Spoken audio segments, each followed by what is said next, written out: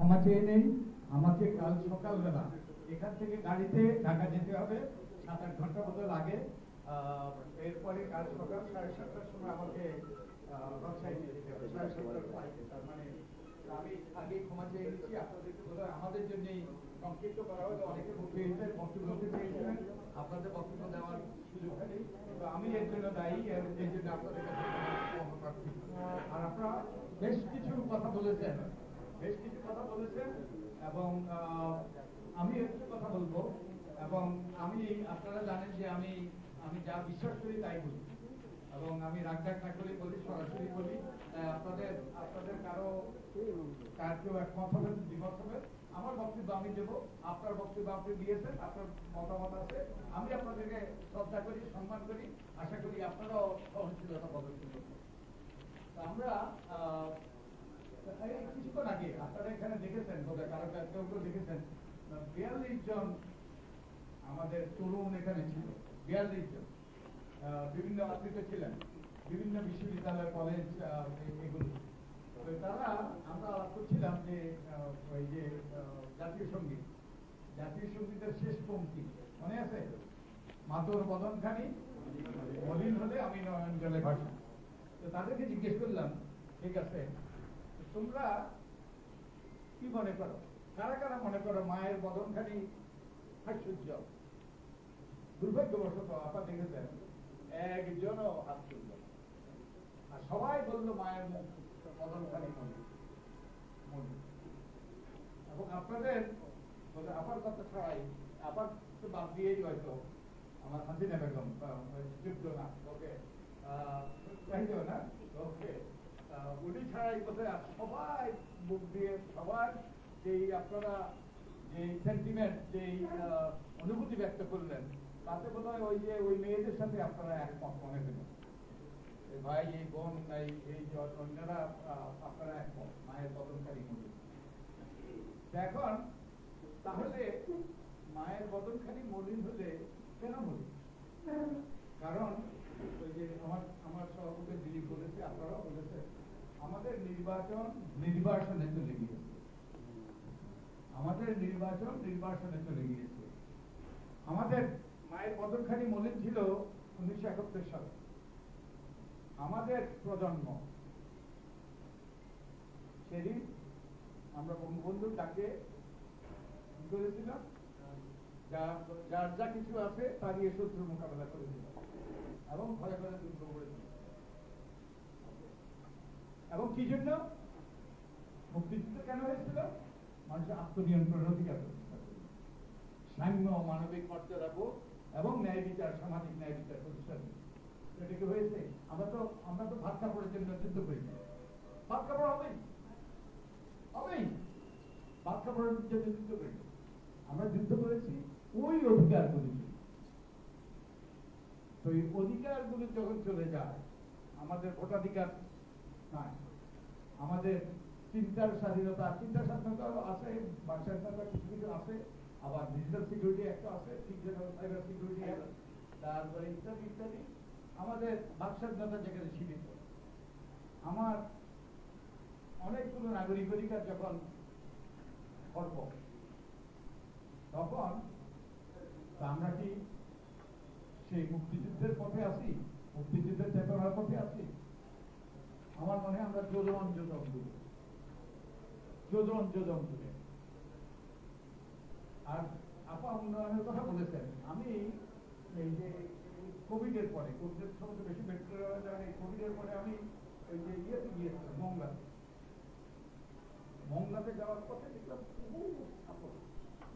রাস্তাঘাট, ওই যে আমাদের কি যেন ওই যে একটা বিদ্যুৎ কেন্দ্র হইলো ভারতের সাথে রামপাল ইত্যাদি ইত্যাদি, এবং অনেকগুলো এই যে কি বলে ওই যে বিদ্যুতের এলপিজি যে গোডাউন, ওইসব।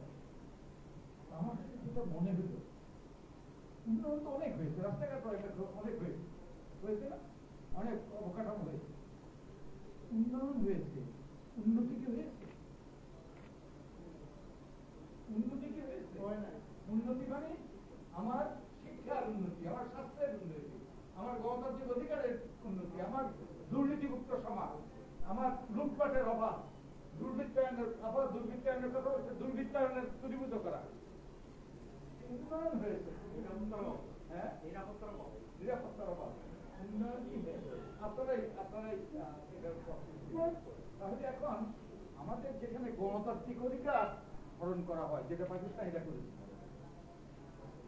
তখন একটা কর্তৃত্ববাদী সরকার প্রতিষ্ঠিত এবং কর্তৃত্ববাদী সব আমরা এর মধ্যে পেয়ে গিয়েছি বিডেন থেকে আরম্ভ করে অনেকেই কর্তৃত্ববাদী কিন্তু এই কর্তৃত্ববাদের পরিণতিটা আপনাদেরকে আপনাকেও আমি অনুরোধ করবো একটা চিন্তা করার জন্য আমরা কি কর্তৃত্ববাদের একটা বড় যুক্তি হলো শৃঙ্খলা তারপরে ওই যে তারপরে আমি কি শান্তি শান্তি শৃঙ্খলা যাতে উন্নয়ন হতে পারে এখন এই কর্তৃত্ববাদের পরিণতি কি আমরা গুয়াহাটির হব নাকি আমরা মার্কস হব নাকি আরো কিছু হব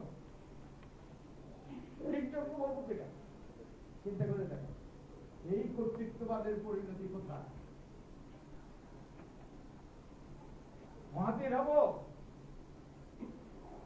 লিগ ওয়ান হব নাকি মার্কস হব নাকি আরো কিছু খারাপ হবো এবং তার পরিণতি কি হবে আমি আপনাদেরকে এটা চিন্তা করা এখন আমি যেই কথা বলে শেষ করব আমাদের প্রজন্ম তার আগে ভাইয়ের কথা ভাই বলছেন যে মাঠে নামাতে আমার মাঠে আমরা এই পর্যন্ত কয়েক লক্ষ ব্যক্তিকে আমি বলবো যে আমরা সবচেয়ে সংগঠিত সামাজিক শক্তি নিজের পড়াই করে বলতে হয় আমি ক্ষমা চাচ্ছি আমাদের সাথে 1 লক্ষ ছেলে মেয়ে কাজ করে আমাদের সুদানের সাথে অন্তত 30-34,000 সদস্য আছে এরপরে বহু আছে এবং আমরা সবচেয়ে সংগঠিত সামাজিক শক্তি এবং এই সামাজিক শক্তিটা পরিবর্তনের জন্য দেশকে এবং রাজনীতিবিদরা রাজনীতি করবেন আমরা যে সবাই রাজনীতিবিদ হয়ে যাই ওই আমার একটা গল্প মনে পড়ে ওই যে সেসিমি স্ট্রিট বলে আপনারা তো এখানে তো ওই যে যারা লন্ডন গিয়েছেন আপনারা দেখেছেন সেসিমি স্ট্রিট একটা বিখ্যাত ওই যে বাচ্চাদের প্রোগ্রাম আমাদের যেরকম কি বলে এটাকে ওই সিসিমপুরটা ওরাই সৃষ্টি করেছে তো ওখানে কিং ফ্রাইডে বলে একটা চরিত্র আছে কিং ফ্রাইডের একদিন হঠাৎ করে তার প্রাসাদে আগুন লেগে গেল তারপরে ওই যে কর্তৃত্ববাদ কি করে হুকুম দিলেন আজকে থেকে সবাই ফায়ারম্যান হয়ে যাবে কর্তৃত্ববাদ কারণ যেখানে কোনো দায়বদ্ধতা নাই যেখানে কোনো জবাবদিহিতা নাই যেখানে কোনো ভোটের অধিকার নাই 5 বছর পর এসে যে ভোট ভিক্ষা করার কোনো সুযোগ নেই যেখানে কোনো সংসদ কার্যকর সেখানে সমান্তরাল দায়বদ্ধতা নাই নিম্নমুখী দায়বদ্ধতা নাই সেখানে ওই কর্তৃত্ববাদ হুকুম দিলেন আজ থেকে সবাই হবে ফায়ারম্যান তারপর কি হলো কিছুক্ষণ পরে মহারাজা বুঝলেন খাবার আসে না এটা কি কার্যকর তার মানে যে আমাদের আরেকটা উদাহরণ দিতে পারি আমাদের নাক আছে মুখ আছে নাক দিয়ে যদি খাওয়া শুরু করি কি হবে সম্ভব তেমনি ভাবে রাজনীতিবিদদের একটা ভূমিকা আছে আমাদের নাগরিক সমাজের ভূমিকা নাকের কাজ নাক করতে হবে ওই যে মুখের কাজ মুখ করতে হবে আমাদের রাজনীতিবিদরা যেই কাজ করেছেন তাদের ব্যর্থতার কারণে আমাদের ছেলে মেয়েরা বারবার প্রাণ দিতে হয়েছে রক্ত দিতে হয়েছে 52 সালে দিয়েছে 60-এর দশকে দিয়েছে এবং 69-এ দিয়েছে কারণ রাজনীতিবিদরা তাদের ভূমিকা পালন করে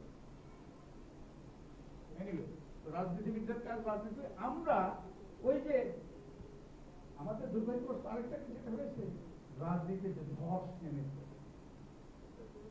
বুদ্ধিভিত্তিক রাজনীতি তো নাই এখন রাজনীতি ব্যথা আছে আমি ছাত্র রাজনীতি করেছি এখন ছাত্র রাজনীতি থেকে যারা আছে আমি যেই ভাষা বলা দরকার সেই ভাষা বলতে পারবো না, কিন্তু তারা ভালো মানুষ।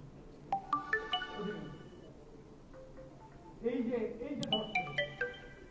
আমাদের কাজ হলো, নাগরিক সমাজের কাজ হলো মানুষকে জাগ্রত করা, সংগঠিত করা, সোচ্চার করা, যাতে রাজনীতিবিদরা আশার আলো দেখে, ভরসার আলো দেখে এবং তাদের সামনে বুদ্ধিভিত্তিক সমাধানের পথ প্রশস্ত। আমাদের নাকের কাজ ত্যাগ করতে হবে, মুখের কাজ করতে হবে। আমরা যে কথা বলে আমি আবারও শেষ করব যে আমাদের সাহিত্যের দশকে, 70-এর দশকে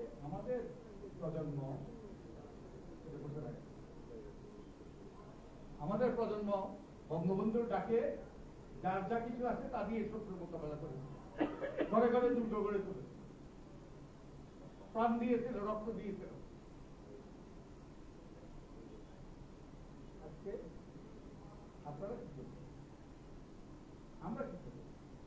আমি ছেলে মেয়েদেরকে জিজ্ঞেস করেছিলাম তোমরা কি করবে।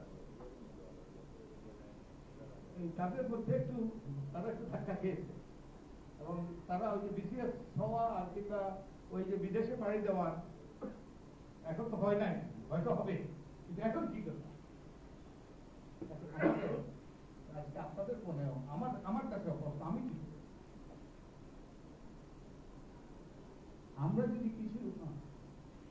আমরা যদি না জাগি না, কেমনে সকাল হবে? তোমার ছেলে তোমার মেয়ে উঠলে মাগো,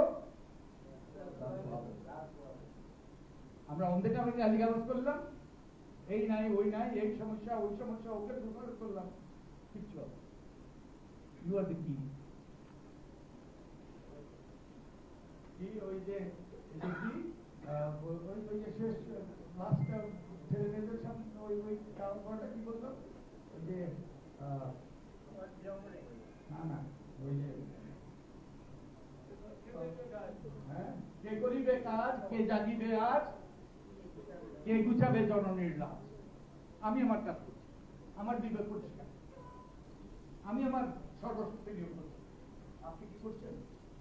তাহলে যদি না করেন আপনার অভিযোগ করার কোনো প্লিজ, আপনি যদি কিছু না করেন আপনার অভিযোগ করার কোনো এখতিয়ার নাই, তাহলে আপনাকে সহ্য করতে হবে এবং আপনার সাথে আমরাও সহ্য করতে হবে। ওকে, আমরা যদি না করি না, কেমনে সকাল হবে? কি ওই পরেরটা কি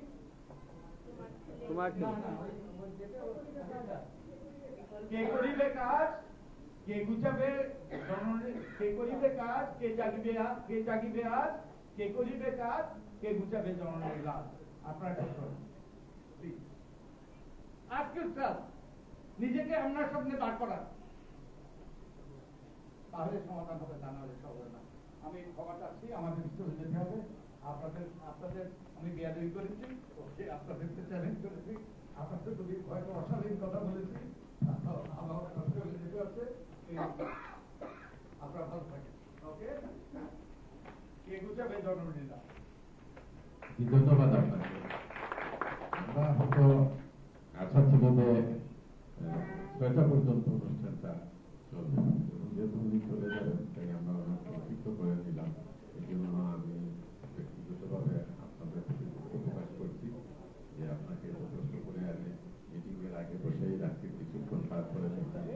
আমি আপনাদের সবাইকে ধন্যবাদ এবং কৃতজ্ঞতা জানিয়ে আগামী দিন আমরা একসাথে অন্যায়ের বিরুদ্ধে আমরা সোচ্চার হব, প্রতিবাদ করব, এই আশা ব্যক্ত করে অনুষ্ঠানের সমাপ্তি ঘোষণা করছি। আর এখানে বাইরে একটু চায়ের ব্যবস্থা আছে।